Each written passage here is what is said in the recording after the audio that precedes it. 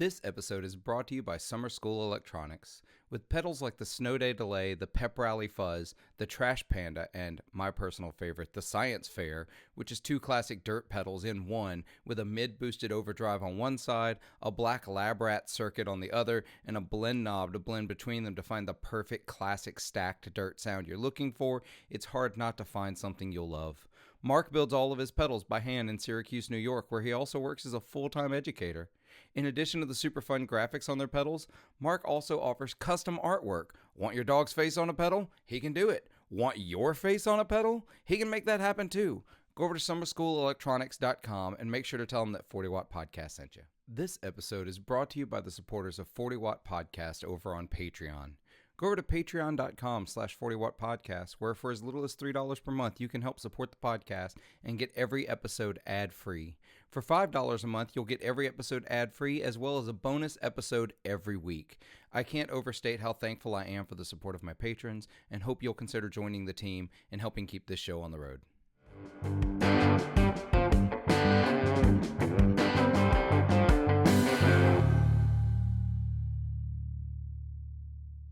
Hello and welcome, 40 Watt Podcast. I am your host, Philip 40 Waters. It's so good to see you again and to talk to you again. It's been a while.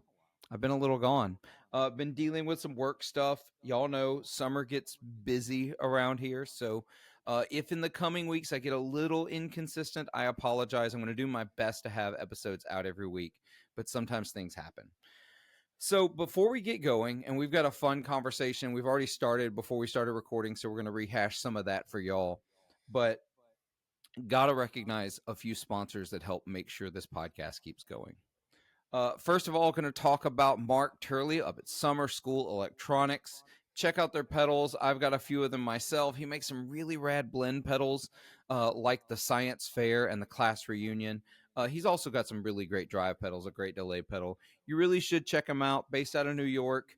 He is going to be hanging out with me at the Fretboard Summit in August in Chicago, which if you're not going to Fretboard Summit, I don't know what you're doing with your life. So you should go get tickets to that as well. See, Fretboard Journal's not even a sponsor of this podcast, but I'm giving them that shout out.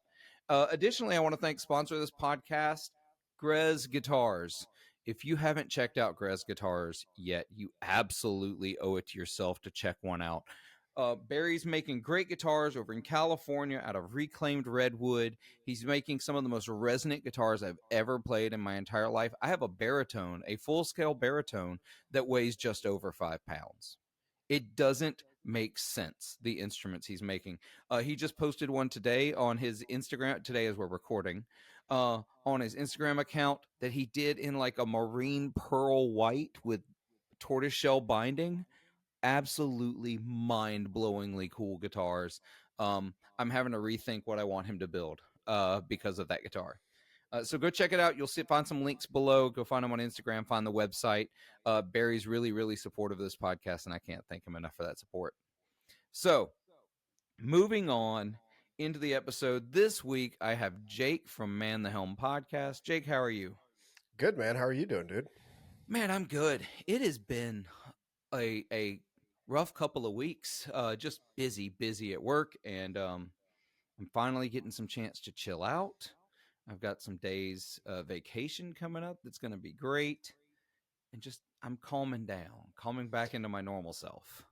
Yeah, man. It's always that summertime transition, especially me. I got two girls, we get out of school and then everything just kind of goes on its head for, like a week or two. And you got to kind of get your bearings back to kind of readjust how everything's going to go for the next couple months. So I always felt like, and I can only think back to when I was a kid, because now that I've been working for a while, what are summers? But when I was a kid, it always felt like, or even in college time, I felt like I was just getting in the groove of summer by the time it was time to go back. It took me that long to adjust. Absolutely, man. It's like the last 2 weeks of summer is just when you're in your stride, and then that's just, back to it. Yep. Here we go. Back to class or whatever it is you're doing. So we've been sitting here talking, and because we both were talking about just the passion that we have for playing guitar. We were talking about, when you find the thing you want to do and you want to do it, it's hard. It's the thing you want to do when it's hard for you to go a day without doing it. Yeah. I can't not play guitar for a day or No, two. no, dude, I'm telling you right now. So I work weekend nights, Mm-hmm. right? Which is super convenient because technically I only work for 3, 4 days a week, on average, is Yeah, that's my normal schedule. But I'm telling you that 3 days, there are times where there's probably 2 days in a row where I don't get to play just because I am absolutely exhausted. I've got other things I got to do, being, a father and husband and whatnot. So, but it, the second I get to sit back down, even if it's for 15, 20 minutes, even if I'm not even plugging into an amplifier, and just being able to sit on the couch and just kind of noodle around, it gives me so much peace the second I get that back in my hands. yeah. Say, I find that even when I'm traveling, I end up finding a music store not because I want to buy anything, but because I need to be able to play guitar Oh, for100%. just 10 minutes. Give me Yeah. 10 minutes, and I can be okay. Yeah. I Yeah. There was last time I was home visiting my family, I literally just went to every single music store that was within probably a 50-mile radius of Indianapolis, you know, wow. and there were probably, I don't know, 8, 9 that I went to. And I mean, I ended up, getting a few things, but it was like you said, it was more so just to see what was there and get my hands on some guitars because I didn't have one with me, you Exactly. know? You because you want to you need you have that thing where you just want to play guitar, and that's what we do. That's my natural state.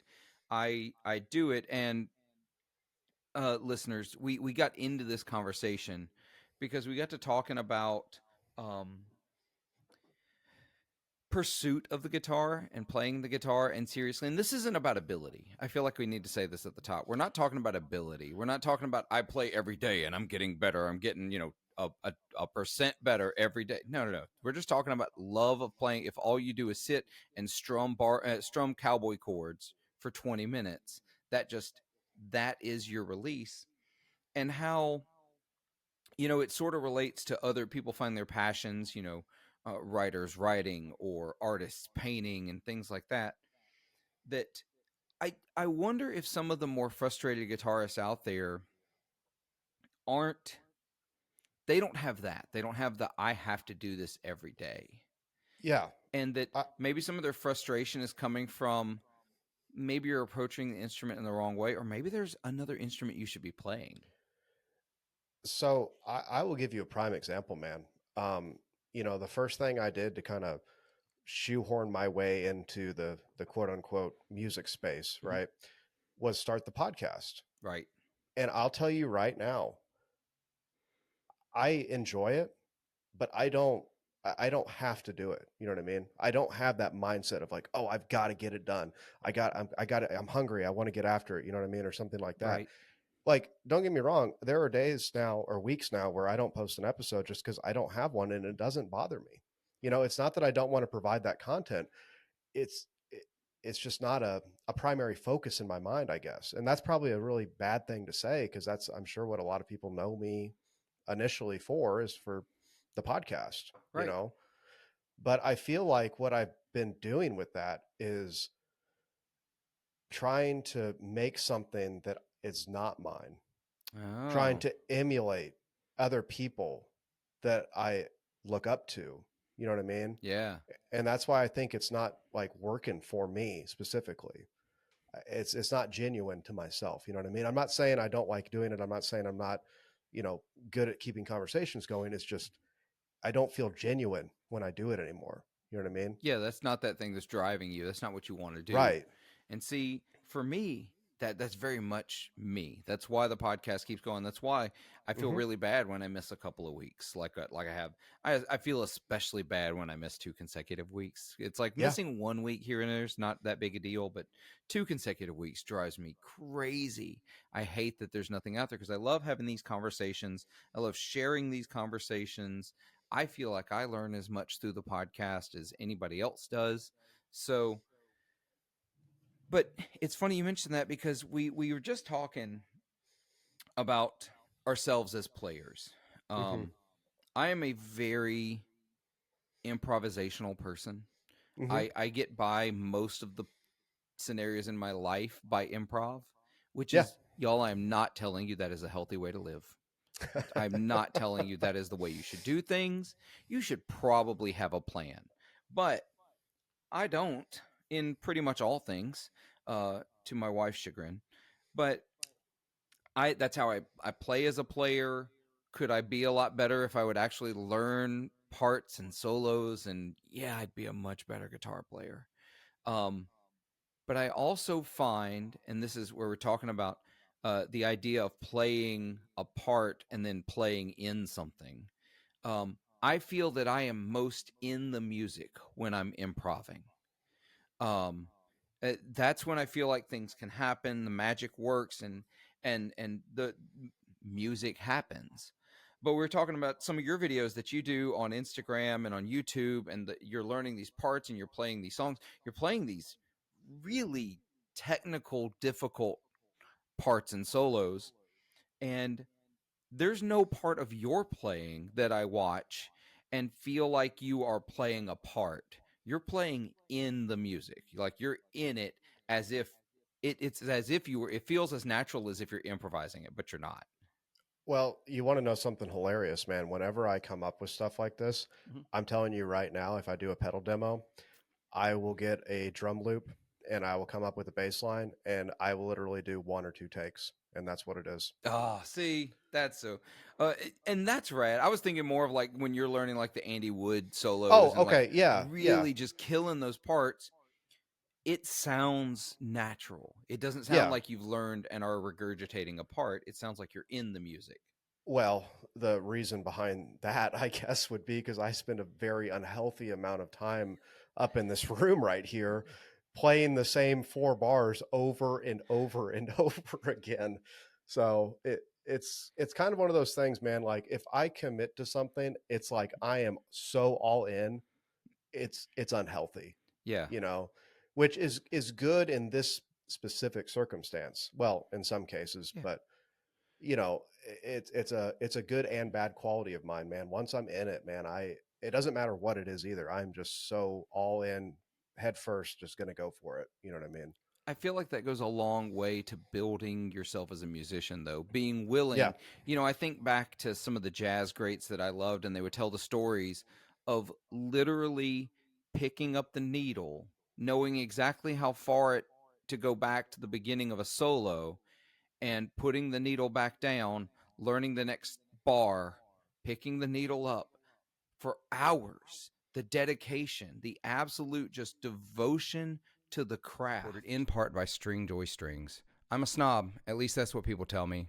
I'm never okay with good enough, and that's where String Joy Strings come in. They're better than good enough. They're the best. Stranger are making some of the finest strings available today right up the road from me in Nashville, Tennessee. They offer custom sets, balanced tension, coated strings, the works. If you need it, they can probably make it happen. You should be using Stringjoy Strings, and if you're going to order from them, you really could help this podcast out by clicking the affiliate link down in the description or show notes below. You get amazing strings, I get a little bit of that back to help the show keep going. It's a win-win situation. Get your Stringjoy Strings today. I wish I were that kind of person who like goes all in that hard. I can do it sometimes and learn bars of songs. Like I learned, I don't know, the first like 20 bars of Cliffs of Dover just to see if I could, right? Yeah. Yeah. But I feel like there's some folks out there, just to circle it back a little bit to where we were talking before, that kind of dedication to learning. And you talk about the hours you spend listening to these four bars till you get it right and you just know it. I think some of that needs to be talked about more. I think a lot of, we see a lot of amazing guitar players on Instagram. We see a lot of great, amazing guitar players on YouTube. They don't see that side of becoming that guitar player. They think, oh, they've just got it. And they get frustrated and they quit. Or sometimes I guarantee part of my not learning parts that way was seeing other people and feel like it came naturally to them and felt like it's not coming naturally to me. So I must not be good at this kind of thing. It's a weird mentality that you get into. Well, and it's one of those things that old adage, comparison's the thief of joy, right? So Yeah. we don't want to sit here as guitar players and try to say, oh well, if I was as good as insert guitar player, you know what I mean? And as far as like having the good and bad days, so to speak, of like me especially, or anybody that picks up an instrument, you have those good and bad days. You have to keep in mind those good and bad days are relative. You know, Yeah. your good day when you had only been playing for 3 months and you somehow finagled your fingers to bar an F chord for the first time or whatever it is, that's a great day. But Yeah. now you take that completely for granted, you know? So you kind of have to like, there's a phrase when I was in the military that I used to when I was teaching. You'd have these guys that were so focused on one little tiny detail. And it's just like, dude, you have got to scope out and see the big picture of everything. We can't sit here and just get very frustrated at minute little details that really don't make a big difference. You know what I mean? Yeah, yeah. Just those little bitty idiosyncrasies. Well, like with mine, I know what mine are. I know all of my own faults. I think we all do. Sure. We are like hyper aware of our faults. And so when we see players who maybe just don't specifically have those faults, Yeah. and they're like, oh, but they have another fault that you're not seeing. Yeah. Um, but you're talking about, when you're learning guitar and you first get that F right, not even the full bar chord, the little half bar where Yeah. you just bar the E and the B with your with your pointer finger. I know that as someone who spends at least, I'd say on average, an hour a day with a guitar in my hands, that amount of becoming better from not being able to play that chord to playing it to let it ring out, Hmm. I don't think I see that much growth in a month now. No, you're not going to. You know what I mean? It's going to be Yeah. these small incremental things that one day you're going to just like I said, when you kind of take it back a little bit, you're going to be like, "Oh wow, like I've really improved." But you didn't see those minute little changes that happened.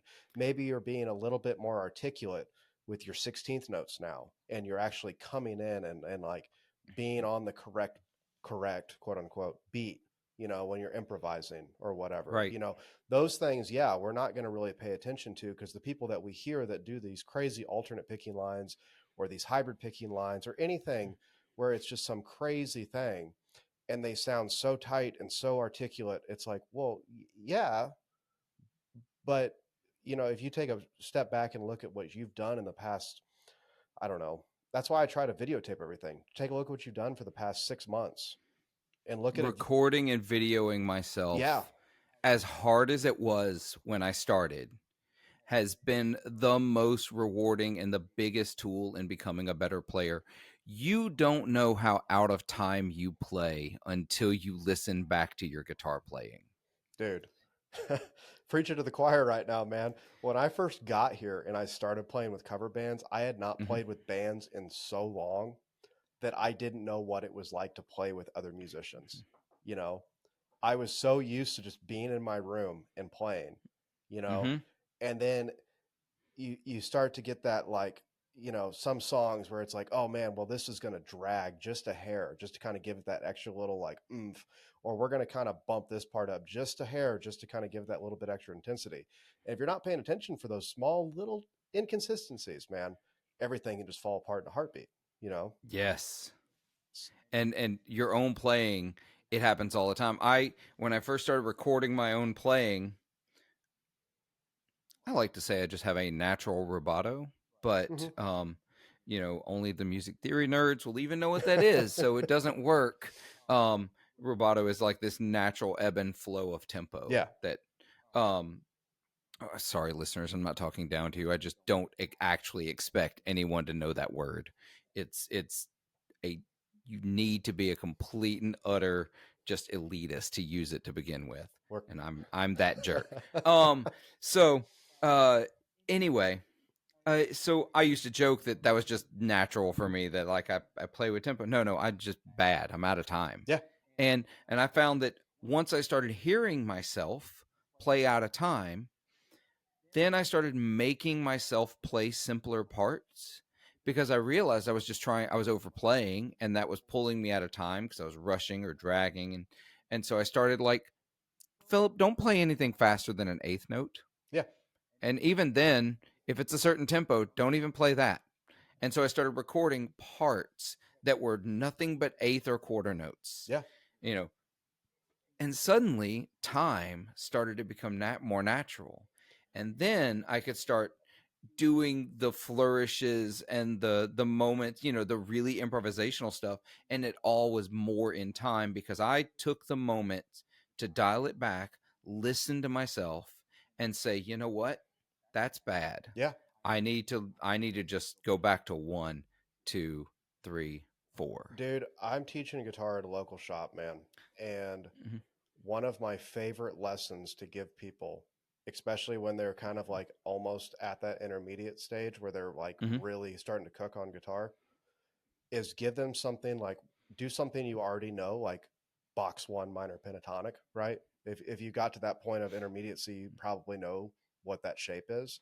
Yeah. And let's put a metronome at 60 BPM and we're going to start playing quarter notes, and then we're going to do eighth notes, then we're going to do triplets, then we're going to do 16th notes, and everything has got to be right on that meter. You will quickly realize how out of time you actually play if you do that exercise, especially with the triplets, man, because now we're counting in groups of four, but we're playing three notes, and now you know what I mean? Like it cooks your brain for a second the first few times you have to do that, you know? It I remember being in college in jazz band, and the first time I saw quarter note triplets written on music, and I was like, they can do that?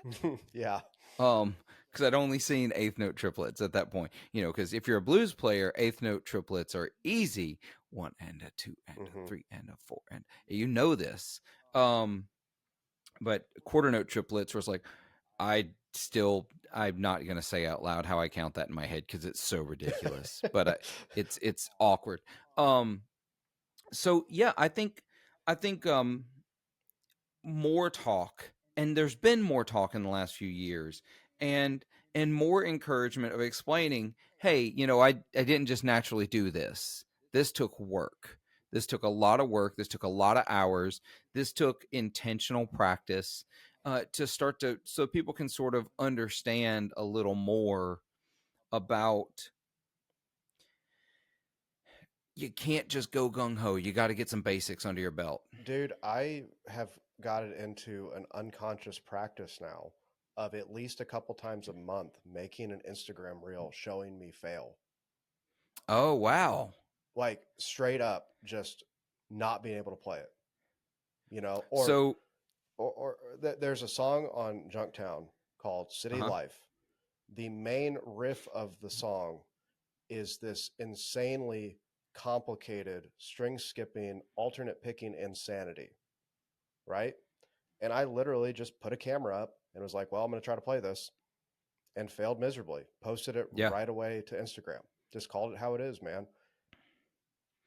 It's funny because, listeners, we actually got down this talking about this when talking about, some of Jake's videos on Instagram and how ridiculous they are. If you're not subscribed to Jake, stop now. Click the links below. You can go subscribe to Jake on YouTube and Instagram. But I do like to see the fails, but sometimes like your failing at that is a lot different than some of my failing. Like I've had moments where I'm playing When the Saints Go Marching In and forget the melody. Like those are my mistakes. Well, but like I said before, though, man, it's all relative, right? Yeah, exactly. It's totally relative. You know, Mine's not a physicality issue. Mine, it just becomes a mental thing. sure. Honestly, especially with a song like When the Saints Go Marching, which I've played it at 1,000 bars over the years.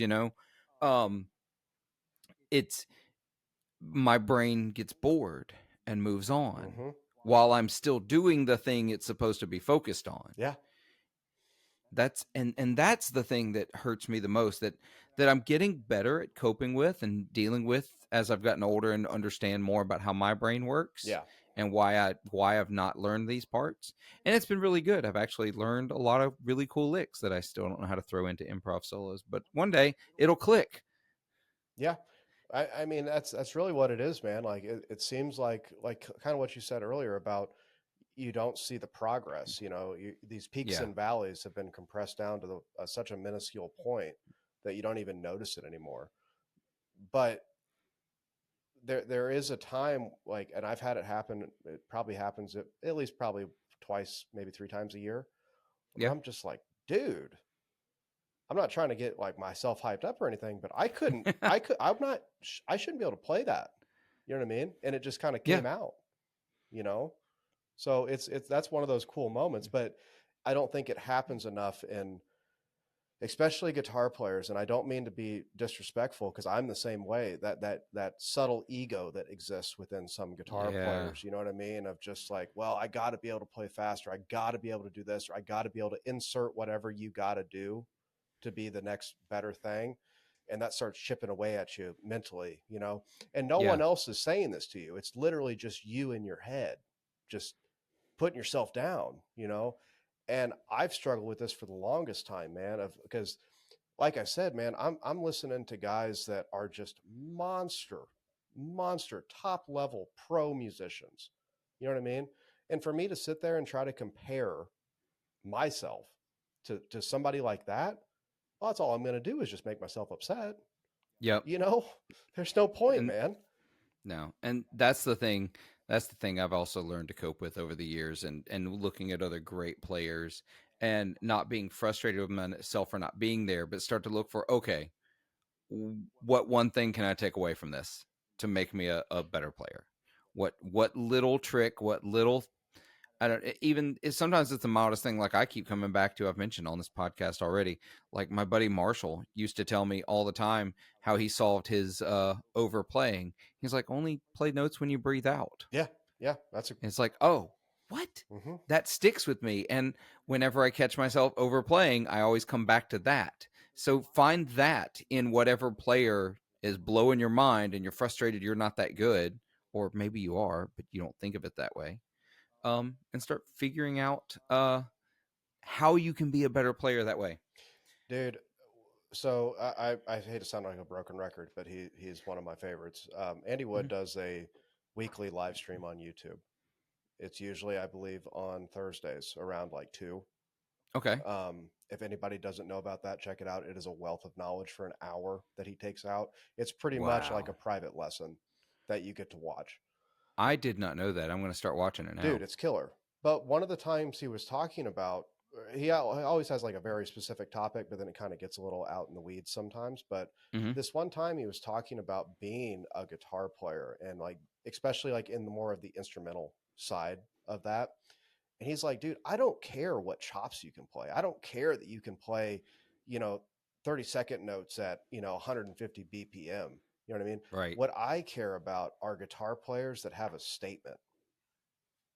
And I didn't know what that meant at first. But then I Yeah. I really like once again, I kind of scoped back a little bit. And it's like, what am I trying to say with my guitar? You know, I need to figure that out. I don't need to learn all of Junktown. I don't need to learn Right. all of, Cliffs of Dover.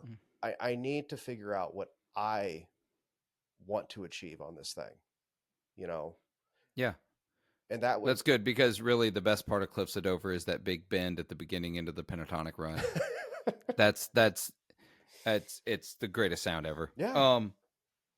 So I think there's a whole lot there, and listeners, basically we're just telling you play your guitar more, and play with some intention.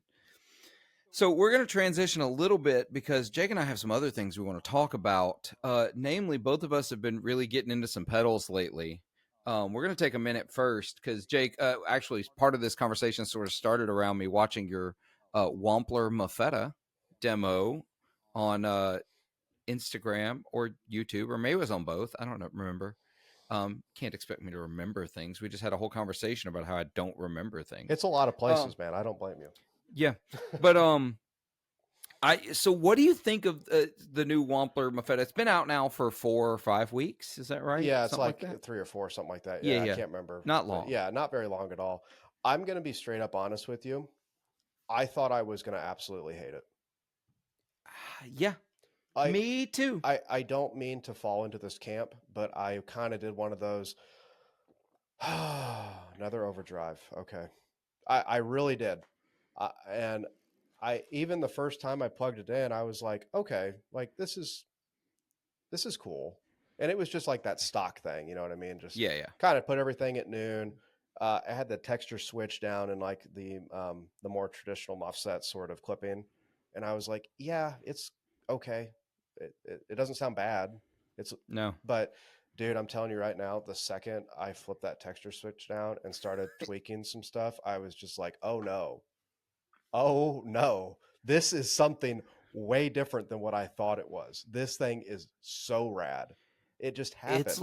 It's like playing into a cranked It is, amplifier. dude. And the It and honestly, I started in that upper mode in okay, the tweaked circuit. yeah, Brian just did a whole video where he did the whole video where he talked about how he did it. I don't understand that circuit nerd, so I just know that in the upper position, which is not the normal distortion, in the upper mode, holy hell, I never wanted to turn it off. no, no, and how responsive it is. I've never had a pedal that responds so well to my volume on my guitar.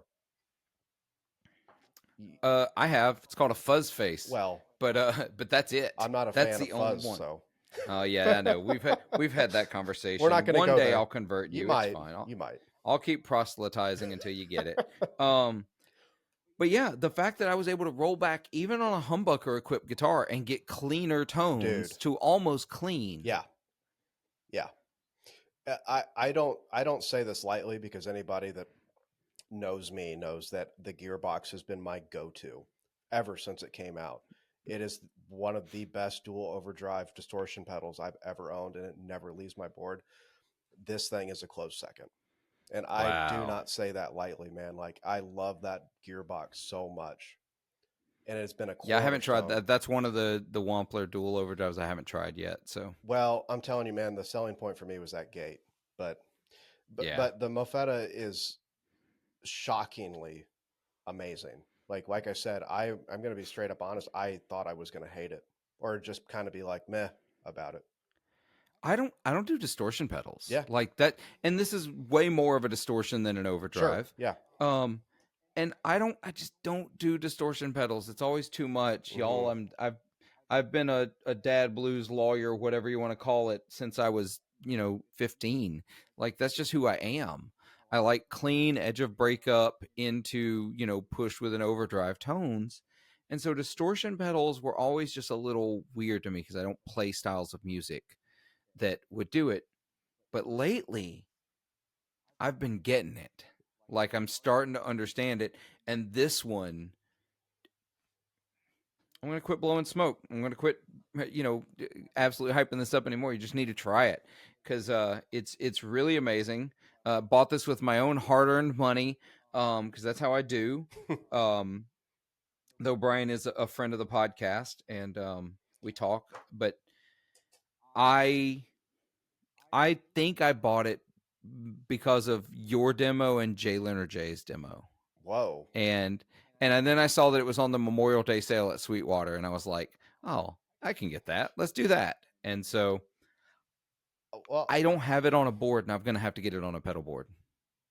dude, I don't mean to that means a whole lot, man. For you to even say my name with that guy because that's not even a close comparison in my view, but I appreciate that. Well, for what it's worth, you're the only two demos of it I Oh, watched. well. So That makes me feel better then. no, your demo was killer. Well, I And appreciate so I'm sorry, go ahead. no, I was just going to keep hyping it up, but I thought it was a killer demo, and it really showed what the pedal could do. But even then, it was just having to actually plug it in and hear it rolled back. I could see playing a gig and having that on all night and just use your volume knob. Dude, when it's been on my board, that's how I've run it. You know what I mean? Like that's literally how it's been. It's been an always on sort of thing. And Yeah, either using a volume pedal or my volume on the guitar to kind of just dial it back a little bit. So, yeah, I love that. Any other gear you've gotten recently? Anything kind of blowing your mind? Anything you're hunting? I Since we're on a gear podcast, we'll talk about gear for a little bit. well, I'm going to be honest with you. I got the Metaverse and the Terraform roughly about the same time. I Uh had huh. the full intention of really diving deep into it, and I never really did until about a week ago. And now that I've utilized expression, especially with the Metaverse, like, dude, I have been in a world of delay in the past week. And it's so funny because it's been on my board forever. And I just Yeah. had like the same stock. Like I kind of have just a tidbit of slapback always on, just to kind of give me some wiggle room. But now Yeah. I'm just sitting here just like, oh no, this all of these preset banks are going to be full with some madness. You know what I mean? Um, I actually came across. Oh, you're good. Hang on, just a second. I'm gonna grab something. All right. While he is away, I do not have a metaverse. One day. All right, man. Guy brought in a bunch of these like late '80s Squire twos, Oh, really? and I got two of them for $40. What? Dude, I'm telling you right now, they're a little beat up, but Yeah. this one comes with locking fender tuners. What? Yeah, insane. I am not a Strat guy. I am not. Yeah, yeah, me either. Me either at all. But But unbelievably good playing guitars, and the price was so right. yeah, yeah, So, come on. You can't like you're losing money not buying them. dude, 100%. And when I saw two of them there, I was just like, well, I mean, I can easily, if I don't love these, I can flip them. But now it's like Yeah. I can't stop playing, especially that black one, man. Like it is so good. That's amazing. So I barely remember the Squire 2 series at all existing. yeah, So, yeah. I think these are like '89, maybe '90s, somewhere in there. wow. Okay. But yeah, like out of nowhere, just walked to the local shop and they had them there. So That's amazing. insane. Have you ever played as a slight segue, have you ever played any of the Starcaster strats? Not the Starcaster like the Tom DeLonge, Yeah, but like the Squire Starcaster. They're Starcaster brand. They're yeah, like sub Squire. yeah. They had it was a long time ago. I worked at Sam Ash up in Indy in the early 2000s, Hmm. and those were like the things that the kids would bring in that wanted to try to trade up for something that they would be disappointed about not getting any money for. Yeah, But there were a handful that came through that played really, really well. For man. I had one a few years back that somebody just gave me because it was in a closet and they just wanted to get rid of it. yeah, And they're like, "You're a guitar player here," and I lost money by them giving me that guitar. Oh my god, it was so bad. And this is why I laugh every time I see the other Starcaster. I'm like, Fender, why did you insult that guitar by naming this sub brand Starcaster? Like, why would you reuse that name? That was just rude. yeah. I don't know. I feel like some of the decisions that have been made with very large companies in the past, I don't know. It's starting to get better in the past couple of years, but Yeah, towards it is getting better. towards the mid like 2010s, it was getting pretty dumb in some areas as far as the big companies go. It's like they completely lost it's that old Jurassic Park quote that they were so preoccupied with whether or not they could, they never stopped to consider whether or not they should. Yeah, 100%, dude. 100%. I'm looking at you, robot tuners. Yeah, yeah. Yeah. Or what was that Um, crazy like weird fire? Oh, I can't remember the name of it. It was such an odd shape, and the one that they ran over with all those bulldozers. oh, the Firebird Yeah, X. yeah, yeah, yeah. That thing. God, Oh. that video. First of all, that video existing was a bad decision. That multiple bad decisions wrapped up in that. But then just what? Yeah, yeah, I look, I am just I when I play guitar, I want guitar. This is just me. This is not me. Not insulting anyone who does crazier things. Although I did literally just do a demo video with a guitar that has a computer built in and I love, and I think it's rad as hell. I'm gonna take back everything I was about to say. I was about to be a major hypocrite. You know what? Do whatever you want with guitars. Computers, AI, robots, don't care. yeah. Robot tuners, bring them back. Don't care. I won't buy them, but bring them back. Well, dude, that's what kind of to go circle back a little bit, man. If that's what your statement includes is robot guitars and AI stuff, and that's your thing, dude, do it. Yeah. It's not mine, but if it's No. yours, do it.